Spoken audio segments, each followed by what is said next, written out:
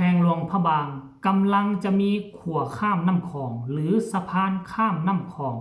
แห่งทำอิฐเป็นของตนเองแล้วโดยการให้ทุนจากประเทศไทยกราบทักทายสบายดี FC ทุกท่าน FC ทุกคนเนาะมาพบมาพอกับค่อยเจบ่เล่าในซ่องความเสื่อพบพ่อกันในช่วงเศร้าๆของมื้อนี้อากาศก็ค่อนข้างว่าดีแจ่มใสแดดร้อนแต่ว่าก็ยังรู้สึกว่าเย็นเยือกท่านผู้ชมเนาะพบพ่อกันมื้อนี้ทักทายสบายดี FC ทั้งฝั่งไทยและก็ฝั่งลาวเพราะว่าคลิปนี้มันมีความเกี่ยวข้องกันกับไทยและก็ลาวเว้าตามชื่อว่าตั้งแต่อดีต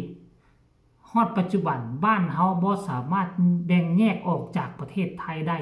เอาละถึงแม้ว่าสื่อสังคมโซเชียลบางครั้งบางตอนก็จะมีการทะเลาะวิวาทกันแน่ตามภาษาคนห้อยพอพันแม่แต่ว่าในความลึกๆภายในแล้วลาวและไทยมีการประสานงานช่วยเหลือกันตลอด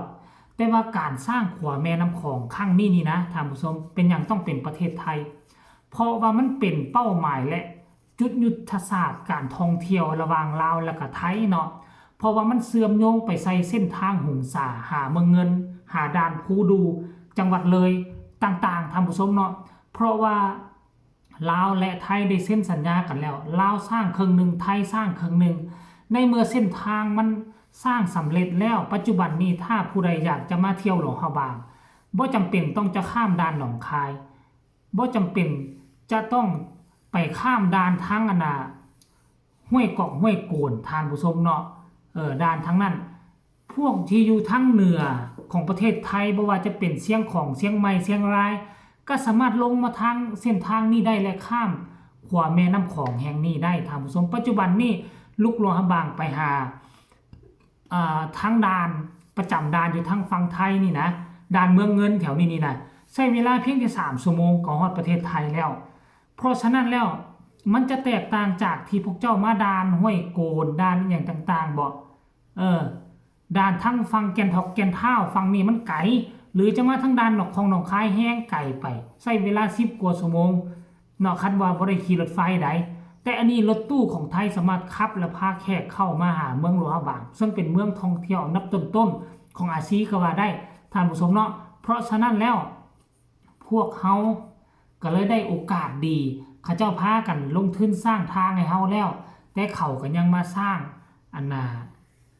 สะพานให้เฮาตื่มเนาะเดี๋ยวจะไปอ่านนะข้อมูลข่าวสารที่จากเพจนครหลวงพระบางเนาะซึ่งเป็นเพจที่น่าเชื่อถือห้องจากเพจทรโคงเนาะขั้นท่าของประเทศลาวเฮาก็เป็นเพจทรโคงแบบนับนึงแล้วบัดนี้นครหลวงพระบางนี่เนาะเฉพาะแขวงหลวงพระบางกับเพจนี่แหละเป็นเพจที่น่าเชื่อถือถ้าเป็นมูลความจริงเพจนี้จึงเอาออกเนาะท่านผู้ชมเนาะแผนการเนาะโครงการก่อสร้างขัวข้ามแม่น้ำของเชียงแมนหลวงพระบางข่าวจาก The Northern Report ได้รายงานให้ฮู้ว่าสำนักงานการร่วมมือเพื่อการพัฒนาเศรษฐกิจของกระทรวงการเงินหรือการคลังแห่งประเทศไทยได้มีการส่งมอบแผนการศึกษาและออกแบบ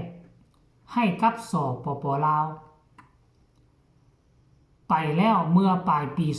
2024 หากโครงการดังกล่าวสร้างเสร็จจะเป็นสิ่งอำนวยความสะดวกอย่างมหาศาลให้แก่ประชาชนและการท่องเที่ยวตลอดฮอดเส้นทางที่จะเข้าและออกระหว่างลาวไทยเส้นด่านห้วยโกนตัวนี้เป็นด่านห้วยโกนเนาะจังหวัดน่านเป็นต้นท่านผู้ชมเนาะตัวนี้เป็นด่านห้วยโกนเด้อน่าจะเป็นเมืองเงินกับด่านห้วยโกนท่านผู้ชมเนาะและมาเบิ่งแผนผังตามรูปนี่ท่านผู้ชมจะเห็นได้ว่าขัวแห่งนี้สะพานแห่งนี้นี่มันสร้างอยู่ทางทิศเหนือของแขวงหลวงพระบางเลยสนามบินขึ้นไปอยู่ระหว่างกลางสนามบินและก็มหาวิทยาลัยแห่งที่2ของประเทศลาวของพวกเฮาเนาะลาวเฮานี่มีมหาลัย3แห่งที่เป็นมหาลัยใหญ่อยู่เวียงจันทน์หลวงพระบางแล้วก็จำปาสักอันนี้นี่อยู่ติดกับทิศใต้ของทาเฮือใหญ่ระหว่างทาเฮือบ้านดอนที่จะแล่นขึ้นไปปากแบง และก็แล่นไปหาทั้งประเทศไทยและก็บ่อแก้วท่านผู้ชมเมืองต้นเพิ่งซึ่งเป็นท่าเรือขนาดใหญ่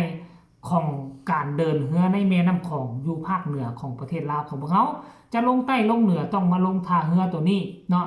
และหลายคนก็ให้ความสนใจแล้วก็มีคำถามเป็นอย่างคือบ่สร้างใส่เชียงแมนมาหาทั้งหลังพระราชวังเลยบนท่าเรือเล็กท่าเรือใหญ่เชียงแมนบางคนก็ว่าเป็นอย่างคือบ่สร้างใส่บ้านเชียงเล็กถ้าสร้างใส่เหนือพี่มันจะไกลจากตัวเมืองจอมเพชรเกินไปเนาะมันจะบ่คักมันจะบ่งามคันท่ากรณีว่าหลวงพระบางบ่เป็นเมืองมรดกโลกนี่ก็อาจจะสร้างได้ถ้าสร้างสะพานมาใส่บนซื่อกับท่าเรือเชียงแมนเก่านี่เลยท่าเรือน่ะเท่าแก่ดอเนาะอยู่ทางด้านหลังพระราชวังนี่มันค่อนข้างว่ายากแต่ว่าเป็นไปได้บ่เป็นไปได้ถ้าให้ชาติอื่นเฮ็ดมันเป็นไปได้แต่ว่าถ้าชาติเฮาเฮ็ดมันงบน้อยถ้าจะมาเฮ็ดอยู่นี่มันต้องใช้งบหลายเพราะว่ามันต้องได้ปรับได้แปลงเส้นทางทั้งด้านหลังพระราชวังเส้นทางเลียบแคมคลองนี่มันพัดว่ามันแคบมันบ่เหมาะสมเพราะฉะนั้นเราเขามาสร้างอยู่ทางด้านเหนือก็ดีคือกันเพื่ออนาคตว่ามีการขยายตัวเมืองขึ้นไปเด้ทางฝั่งเชียงแมนก็ได้เนาะขยายตัวเมืองขึ้นไปเขตนี้ก็จะเป็นเขตตัวเมืองและอีกอย่างนึงคือการหลีกเลี่ยงว่าให้มันมีผลกระทบต่อตัวโครงสร้างของเมืองมรดกโลกนะท่านผู้ชมเนาะอันนี้เป็นแบบแผนยาวนานในอนาคตตั้งแต่ค่อยแต่น้อยฮอดใหญ่นี่ค่อยก็ได้ยินแผนตัวนี้แล้วแหละตั้งแต่เขาเริ่มสร้างทางพุ่นแหละว่ามันจะมีการสร้างครัวบางคนก็ไปอีก3ปีข้างหน้าบางคนก็อีก4ปีข้างหน้าแต่เอาที่จริงแล้วมันผ่านมาเกือบ10ปีมานี้แล้วหาก็จะเห็นแบบแผนที่ทรงยืนให้ทางหลวงพระบางเนาะแต่ว่าถึงจังไดก็ตามท่านผู้ชมอันนี้ก็เกิดขึ้นการร่วมมือระหว่างลาวไทยเนาะถึงแม้ว่าโลกโซเชียลจะเดือดจะตีกันปุดอยู่แต่ว่าเรื่องการร่วมมือเรื่องลึกๆของฝั่งรัฐบาลก็ยังบ่ปะบ่ปล่อยยังจับมือถือแขนกันไปอยู่ก็ต้องขอบุญขอบคุณนะท่านผู้ชมนอกจากเพิ่นจะให้ทุนสร้างทางแล้วเพิ่นก็ยังให้ทุนสร้างขัวเติมร่วมมือในการสร้างขัวแล้วผลประโยชน์ตกเป็นของไผสำหรับค่อยตกเป็นของสองสร้างเส้นทางตัวนี้สะพานตัวนี้นะมันเกิดขึ้นได้เพราะแนวคิดของไทยเองได้คือไทยอยากให้การท่องเที่ยวระหว่างลาวไทยนี่มันบูมขึ้นอยากเอาคนไทยเขามาเที่ยวหลวงพระบางมันหลายขึ้นเพราะว่าหลวงพระบางนี่ว่าตามซื้อตอนสมัยนั้นบ่ทันมีทางรถไฟเถื่อก็คือมันมาหาหลวงพระบางนี่ยากใช้เวลา8-50 ชั่วโมงสำหรับการขนส่งของการท่องเที่ยวนี่มันเกิดการล่าช้าเพราะว่าบริษัทไทยที่จะนำเอานักท่องเที่ยวไทยเข้ามานี่มันยากว่าไผได้ก็ลาวก็ได้ไทยก็ได้พอไทยเข้ามานี่ก็คือบริษัทไทยเป็นผู้นำเอา